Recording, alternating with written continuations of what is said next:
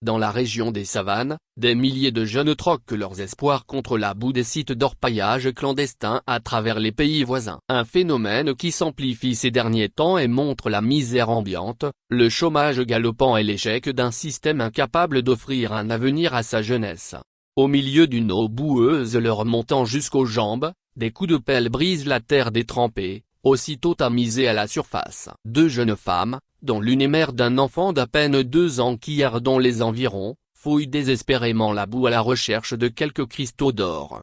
Qui viendrait souffrir autant ici s'il vivait mieux chez lui? Se lamente l'une d'elles en Moba, langue parlée dans la région des Savanes au nord du Togo. La vidéo, tournée à Soubré en Côte d'Ivoire, a largement circulé sur les réseaux sociaux au lendemain d'une conférence sur la déperdition scolaire organisée par des cadres de la région des Savanes, dans le cadre des festivités marquant la fête traditionnelle de Timbampab. Depuis le début de l'année scolaire 2025-2026, de plus en plus de voix s'élèvent parmi les cadres originaires des Savanes pour dénoncer le phénomène du galamsey, terme achanti désignant l'orpaillage clandestin. Pour eux, il s'agit d'une aventure sans lendemain qui risque de priver la région de cadres dans les prochaines décennies, au regard de l'abandon scolaire massif observé dans les établissements scolaires. Si cette inquiétude paraît légitime, la question essentielle demeure: comment en est-on arrivé là? Une rue est révélatrice d'une misère généralisée. Les chiffres font froid dans le dos. Selon des sources officielles, le lycée de Biancouri, commune de Saint-Cassé-2, a perdu près de la moitié de son effectif en un an. De 1023 élèves l'an dernier, il est passé à 562 à la rentrée de cette année. À Lolong, dans la même commune, le collège d'enseignement général a enregistré 160 abandons, seulement 2 semaines après la rentrée. Le lycée de Corbongou, dans la commune de Tone 4, en compte 135, tandis que celui de Naki Ouest totalise près de 300 élèves en moins par rapport à l'année précédente. Si ces chiffres sont facilement vérifiables dans le système scolaire, ils le sont beaucoup moins lorsqu'il s'agit des jeunes diplômés sans emploi ou des non scolarisés. Le phénomène touche aussi de jeunes mères et des mineurs qui prennent chaque jour le chemin périlleux de l'aventure vers le Ghana, le Mali, le Sénégal, la Côte d'Ivoire ou la Guinée.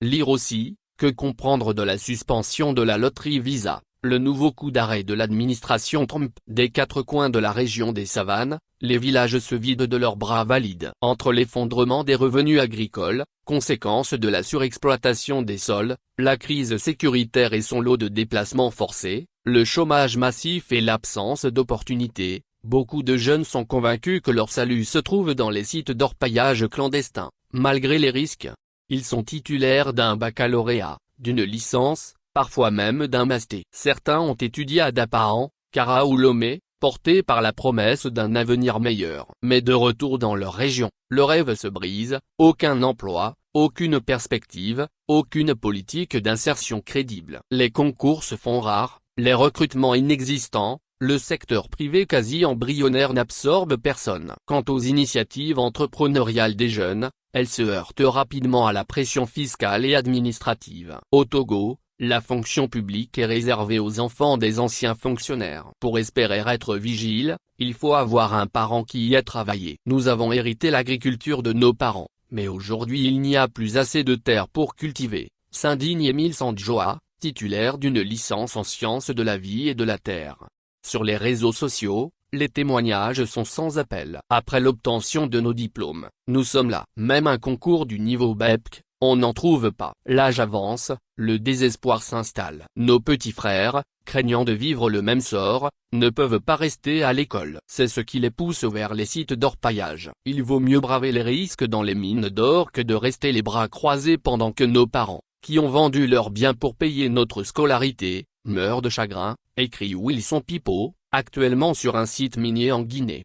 À défaut d'opportunités réelles, l'orpaillage clandestin apparaît comme une échappatoire, malgré son caractère dangereux et illégal. Pour Flore, titulaire d'un master en statistique et ancien conducteur de taxi-moto à Daparan, là-bas, au moins, subsiste l'espoir, fragile, de revenir avec quelques grammes d'or, de quoi survivre et préserver une dignité mise à rude épreuve. Grâce à cette activité, j'ai pu construire une maison pour mes parents. Ce que tentent de dissimuler les cadres de la région. Officiellement, Autorités éducatives et cadres des savanes se disent préoccupés par la situation. Déclarations prudentes, communication de circonstances, réunions ponctuelles. Mais jamais de remise en cause sérieuse des causes profondes du mal.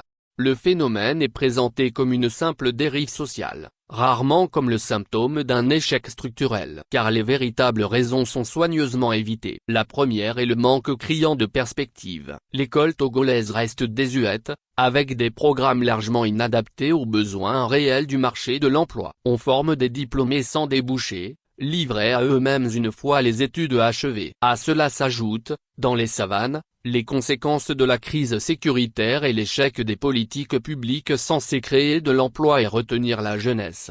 Le secteur agricole, pilier de l'économie locale, est lui aussi abandonné. Le maraîchage manque de tout, pas de ZAP réellement fonctionnel, aucune politique de maîtrise de l'eau, aucune stratégie de commercialisation pour protéger les producteurs.